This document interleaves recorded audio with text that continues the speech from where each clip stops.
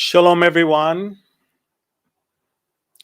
Shalom, everyone. This is Amir Tsarfati. I'm live from Galilee, from Israel, and these are breaking news in regards to what is Israel bracing towards tomorrow, as tomorrow is Friday, the last Friday of the Ramadan, and apparently it is also a convergence of other things in light of the very successful operation of the IDF in Damascus, in which some of the most senior Iranian Revolutionary Guards officers, generals, were eliminated.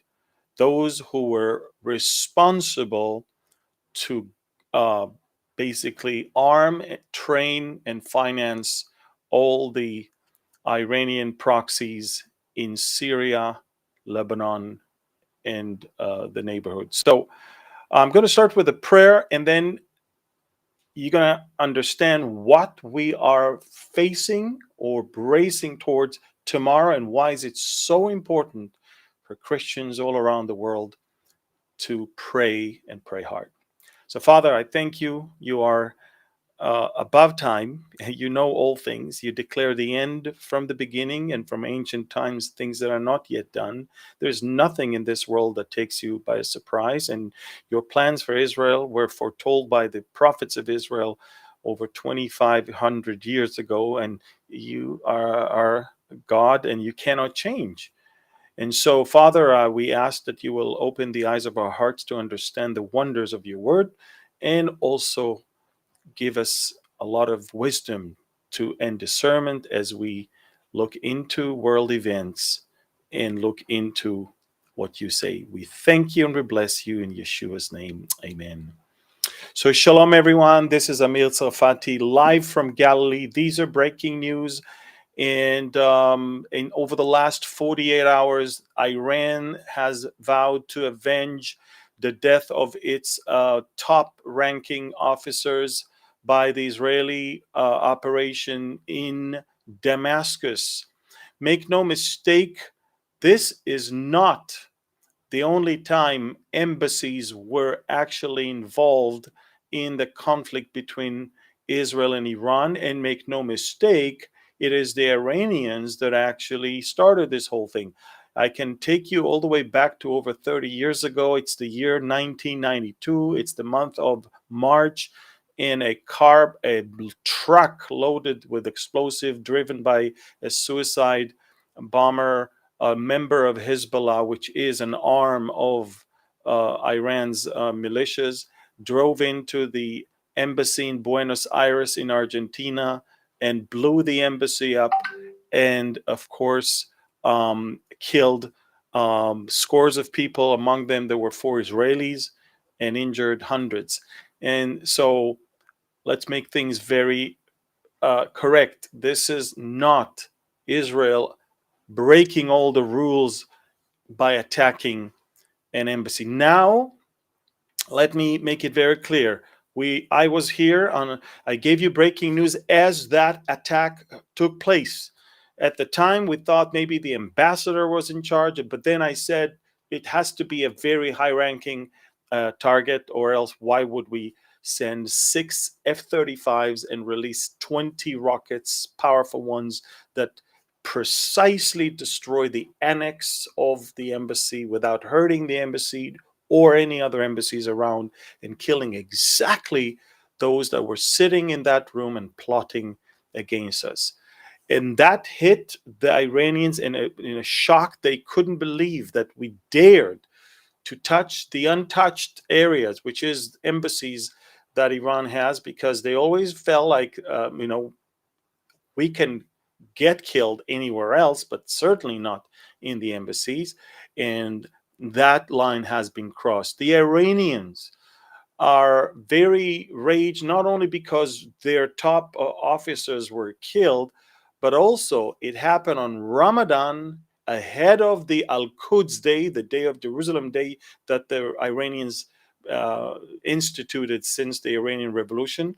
And this coming Friday is the Laylat al-Qadr, which is the night of power, That's when the Muslims believe that the first Quran version was given to Muhammad, and this is when the annual destiny of a Muslim is being set. So now the convergence of all these elements is the big issue, and they are vowing. I'm going through dozens of Iranian and Arab channels to see their graphic designers working extra hours to produce graphic designs that are calling for the end of Israel, dropping bombs on all of Israel's major sites, whereas tourist sites, government sites, archaeological sites, as well as military installations. And I mean, I've never seen anything like that before. Israel, and now let's move to how Israel is preparing. Okay, so it's very important that you understand. Again, tomorrow is the last Friday of Ramadan. Tomorrow is the Al Quds Day that Iran is every year celebrating in defiance of Israel, in support of Palestinians, and of course that Jerusalem is Muslim for them.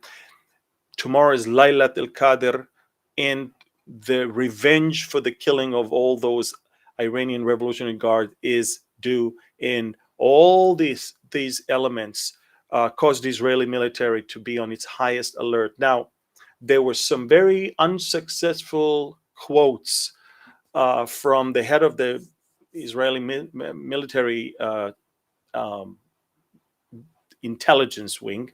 General Khalifa said behind closed doors, but somehow it was leaked out. He said that basically the worst is not behind us; it's ahead of us, and we are ahead of some very complicated days. That's what he said. Now his words were taken out and caused great panic. A lot of Israelis ran to get money from the ATM, buying water, buying food, buying generators.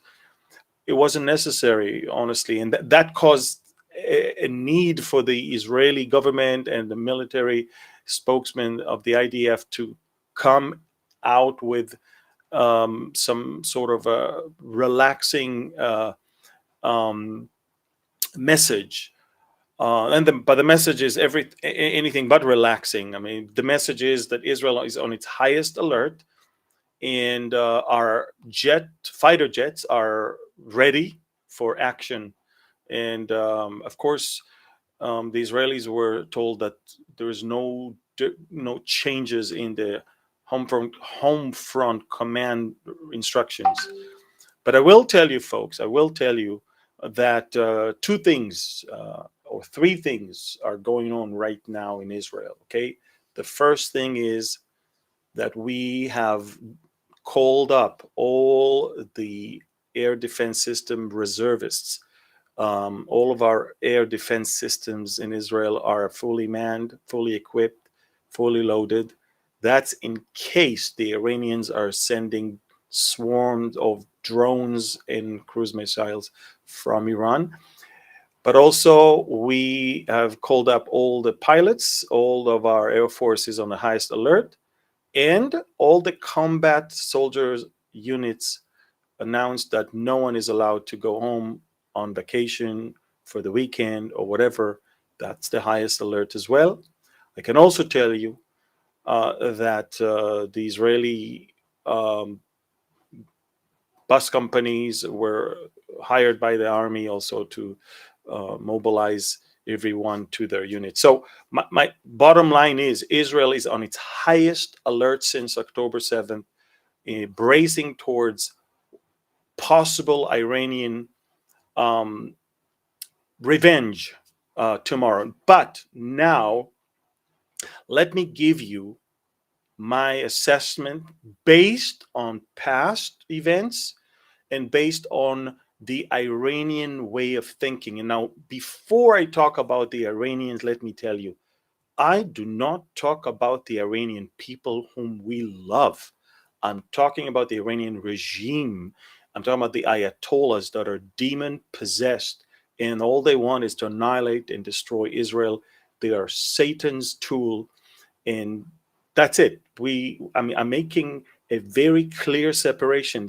The Iranian people don't like the Ayatollahs. If there were free elections in Iran right now, over 70% would have voted them out. So make no mistake, when we talk about Iran versus Israel, we don't talk about the Iranian people, we talk about the Iranian regime. Okay, so now that I made that clarification, let me tell you this. Okay, and listen carefully, and also if you can, please press the share button so people will be able to listen to this right now. And what I'm telling you right now is the doctrine of the Iranian Revolutionary Guard, the Iranian regime. Iran is on its race for a nuclear bomb. It's clear, everybody knows that. They have enough uranium already. That train already left the station, but the decision to assemble it into a bomb is not yet there, and the ability to do that may be there, but it has not been done yet. And let me tell you, Iran was hoping, listen to this, was hoping to become what we call threshold nuclear country, which means we have it, but we are not yet, announcing anything. And then to execute its plan to have a simultaneous attack on Israel from all sides. Then it'll be the payday of all the efforts and the money they invested into the proxies. And why then? Because now Israel will think twice whether it's retaliating, because Iran is already nuclear.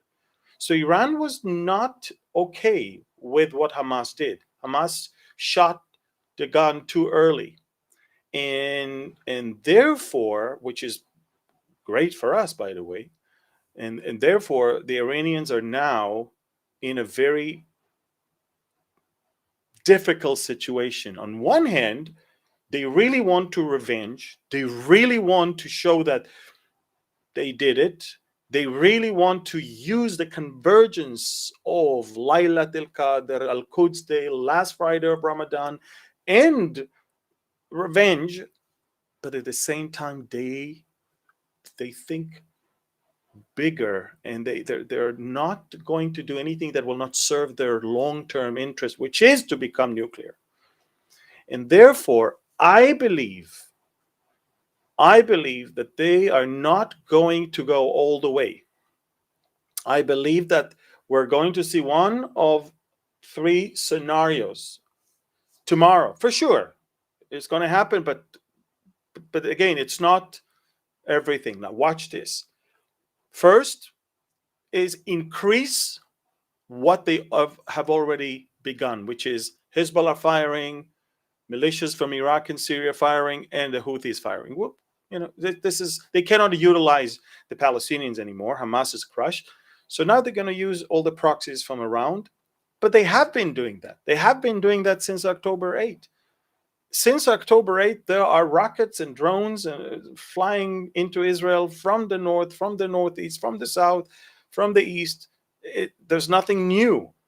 They might increase it. We'll see. The second option that they have is to actually use Iranian rockets and drones from Iranian soil, but to hit Israeli marked targets elsewhere. Because they don't want to connect Iran and Israel with direct missile launching, because if a missile is launched from Iranian soil towards Israel, a missile can be launched from Israel towards Iranian soil, and that's the last thing they want. They are so close to the nuclear deal, they don't want us to destroy it at this point. So they don't want to do anything that will jeopardize and endanger their nuclear program. So they're going to either attack Israeli targets elsewhere from Iranian soil, because that's going to be us avenging. We don't send anyone else. Or if they want to attack Israel, they're going to use their proxies. These are the two things I see that are happening now. And, I'm going to be extremely surprised if they're going to go all the way to the end, because I know the Iranians. Look, after Soleimani's killing, they needed to release some pressure, and they asked the American regime, allow us to attack your base so we can save face. I don't know if you know that. President Trump said that. The Iranians begged us to allow them to attack our base so they can save face. And that's what happened. America informed the US base in Iraq and Syria to enter. Everybody entered into the bomb shelters, and Iran sent rockets, and they saved face. That's it. So I believe that the Iranians are afraid of a U.S. intervention, and they're afraid of Israeli massive strike. So they're not going to go all the way, but there's definitely going to happen. Something's going to happen tomorrow. And for that, we are now fully ready to not only shoot down anything that is flying towards us, but also retaliate forcefully to wherever it's going to be fired from. So that's how I see things. And honestly, this is where I think Christians need to be on their knees and pray. I don't want to undermine or to and to disrespect people who are so much into the eclipse of April 8th. But honestly, tomorrow is a way more important thing to pray about and to ask God to intervene. Sun eclipses are something you can know centuries ahead of time. There's nothing new about the sun eclipse on the 8th. I could have told you about it 50 years ago. And I can tell you now when the other sun eclipses will be. We know. So it's not new. It's not surprising. It happens. When God intervenes, and when there's something big and a big sign, it will be when it's not expected. That's a sign. But when it's expected and everybody knows about it, and it has been known for years, and it will be known if something else. And this is why we have to be very careful not to take all these things out of proportion. But tomorrow, it is something that was not necessarily predicted. It has a potential of damage to Israel, and we really need you to pray for Israel here. Now, let me also make it very clear, guys, that the enemy wants Israel gone. If you carefully read in Daniel chapter 12, Daniel saw Gabriel came to him and told him about Michael.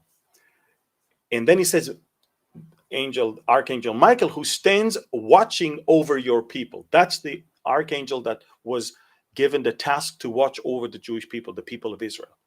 And it's the same Michael who fought, or who is fighting against the dragon in heaven, as you can read about it in Revelation chapter 12. So you can clearly see that there is an attempt of the enemy, of Satan himself, the dragon, and that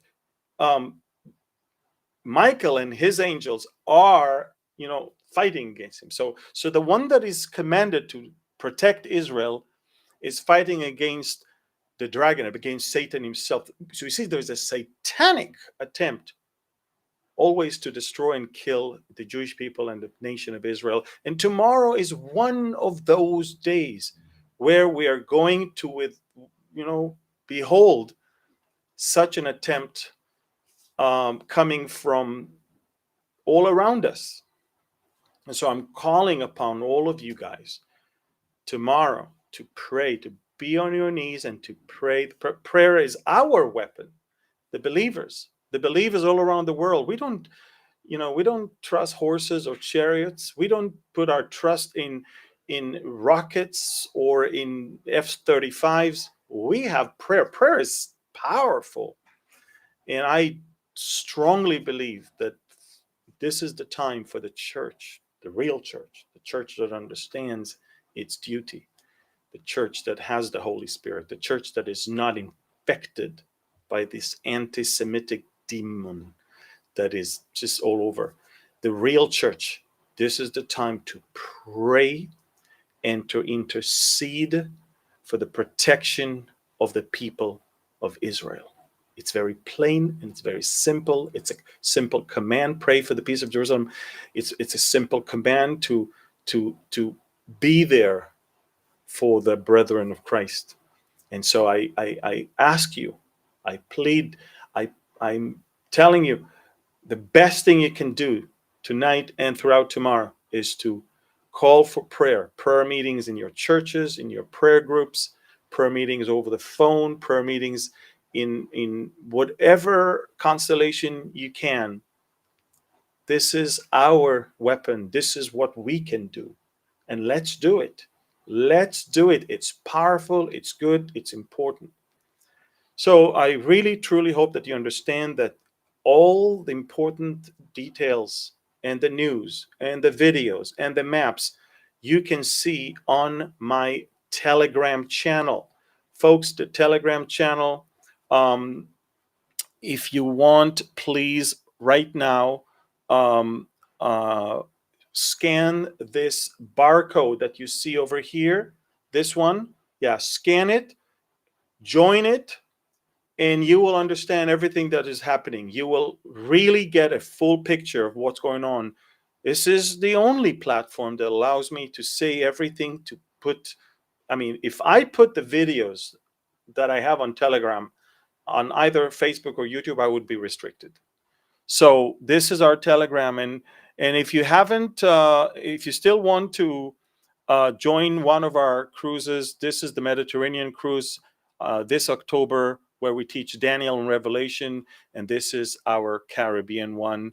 And the last thing is, the last thing is, if you want to pre-order the book of Discovering Daniel, you can do that by scanning this one. Thank you very much for listening, and God bless you. Please share it. Thank you. God bless you. Bye-bye. Amir Tsarfati and Behold Israel channel on Telegram. Here you will receive daily updates and audio messages from Amir. You can also take part in our community and reply with comments. Getting started is easy. Simply download Telegram from the App Store, then visit the Behold Israel Telegram channel in your browser. From there, click Preview Channel, then click Join. That's it. See you on Telegram.